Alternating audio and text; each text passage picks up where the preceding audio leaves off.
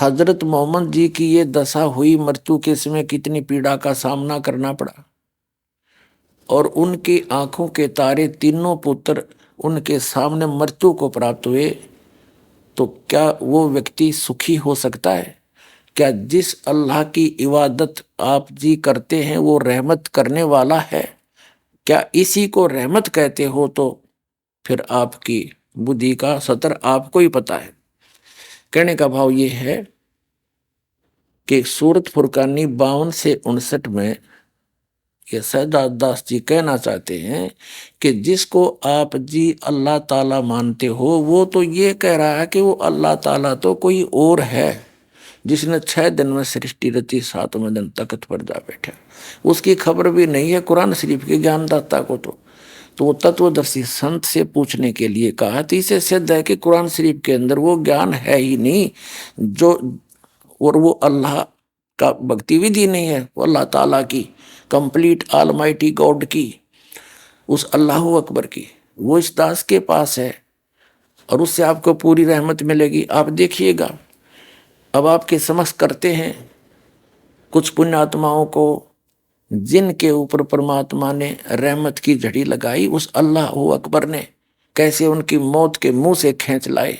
इनको इसको कहते हैं अल्लाह ताला।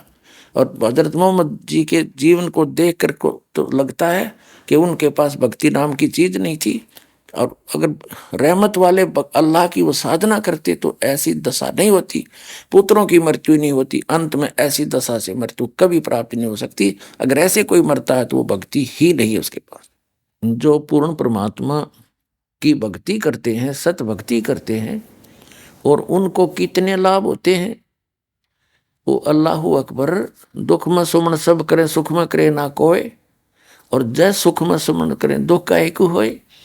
अब वो अल्लाह अकबर जो है, पूर्ण परमात्मा की भक्ति करने वाले को परमात्मा ने कैसे सुख दिए, उनकी मौत तक टाड़ी, उनको कैसा जो है लाभ दिया। तो ये अल्लाह अकबर है जिसकी साधना दास बताता है। और जो साधना हजरत मोहम्मद जी ने की, वो साधना अल्लाह अकबर की नहीं थी, जिस कारण से वो इतने दुखी हुए। नहीं तो उनकी वाणी है कि दुख में सुमन सब करें, सुख में करें ना को, और जय सुख में सुमन करें दुख काहे को। हजरत मोहम्मद जी ने तो सुख में सुमन किया था, और फिर भी यह दुर्गति हुई, क्योंकि उनको वो यथार्थ भक्ति प्राप्त नहीं हुई।